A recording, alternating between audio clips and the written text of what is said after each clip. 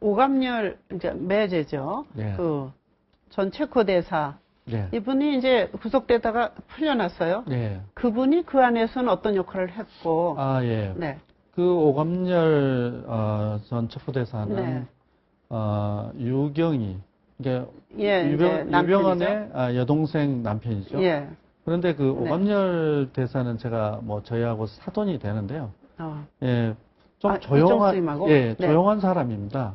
그런데 학식이 있고 그런데 그걸 하고 싶지 않은 내용도 자기의 와이프, 그렇죠, 부인 때문에. 부인 때문에 이렇게 움직이는 것들이 많이 있었어요. 그렇지만 이제 그 대사가 대사 시절에 예. 유럽에서 집중적으로 유병헌의 사진전이 개최됐거든요. 예. 그러니까 매제의 힘을 빌려서 뭐 도움을 받았겠죠. 거의 근데 어떤 사돈이세요?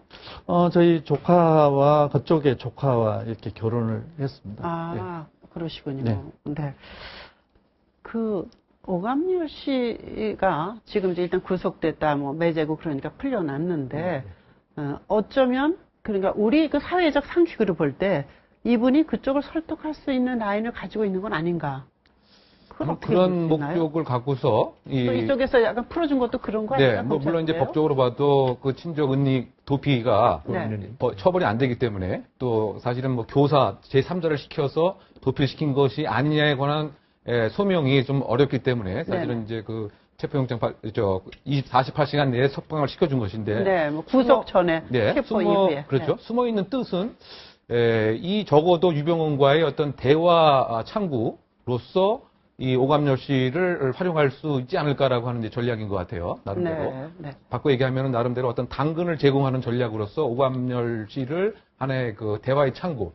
바꿔 얘기하면 채찍을 가하는 방법은 구상권에 관한 어떤 그 재산에 대해서 가압류를 하면서 일가를 압박하는 방법. 그러면 그와 동시에 일단은 그 당근에 대한 제공이 있어야 되는데 그 대화의 루트가 없다 보니까 이 오감열 씨를 통해서 여러 가지 설득 작업이라든가 또는 만에 하나 수사진이 진입을 했을 때 다른 변수를 일으키지 않고 적어도 교주로서 체면을 손상시키지 않는 모습으로 체포를 해주겠다라든가 또는 일정한 명분을 좀 제공해주겠다. 그랬더니 그렇게 할 테니 순순히 자수하는 쪽 생각을 해봐라. 이렇게 의사가 전달이 돼야 되는데 그나마 가까운 사람이 오감열 씨고 또 유병헌 씨가 국내에 있든 또는 국외에 있든 어느 정도까지는 대화가 가능한 그런 그 창구가 아니겠느냐. 뭐 그런 전략이 깔려 있지 않나 생각합니다. 제 생각에는 오감열 씨 같은 경우에 뭐 상당히 학식도 있고 뭐 대사까지 할 정도면 여러 가지인데 제 생각에 지금 그 유병헌 씨에 대해서 어떤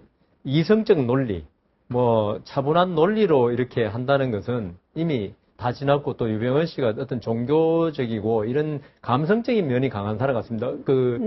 모 언론에서 만든 동영상을 봐도 막 런닝샷을 그 가중에 있는 데서 70살가 된 사람이 그런 걸로 봐서 정상적인 이 사고 구조를 가진 사람이 아니기 때문에 제 생각에는 오감열 씨가 한다면은 결국은 이성적인, 논리적인 설득인데요. 이거는 아닌 것 같고요. 그래서 이 유병헌 씨에 대한 설득은 어떤 감성적인 그리고 심리학적인 그런 면의 접근이 중요하지 않을까. 그래서 오감열 씨를 통한 자수 유도는 큰 효과는 없지 않을까 생각합니다. 이정우 쌤. 누가 설득할 수 있는 사람이 주위에 있다고 보십니까? 유병헌은 설득할 사람이 없다고 볼 수밖에 없어요. 그렇다면 부인이 지금 구속됐어요. 근데 큰아들하고는 특별한 관계에 있다. 특히 아꼈다. 그 엄마가 구속된 것에 대해서 큰아들이 자수할 가능성은 어떻게 보십니까? 자수할 가능성은 거의 없다고 볼 수밖에 없습니다. 왜 그러냐면은 이 사람들이 그 하나씩 뭐 자수나 잡히고 이렇게 하는데요. 엄마가 잡혔다 해서 아들이 자수겠다 이런 것보다는 내가 자수함으로써 더 큰 문제가 벌어진다 이렇게 생각할 수밖에 없는 상황입니다. 검찰이 지금 잘하고 있는 걸로 보십니까? 뭐 하나 부탁하신다면? 뭐 이렇게 최선을 다하는 모습은 뭐 보이지만요. 뭐 유병헌을 잡아야 잘한 일이 아닐까요? 알겠습니다.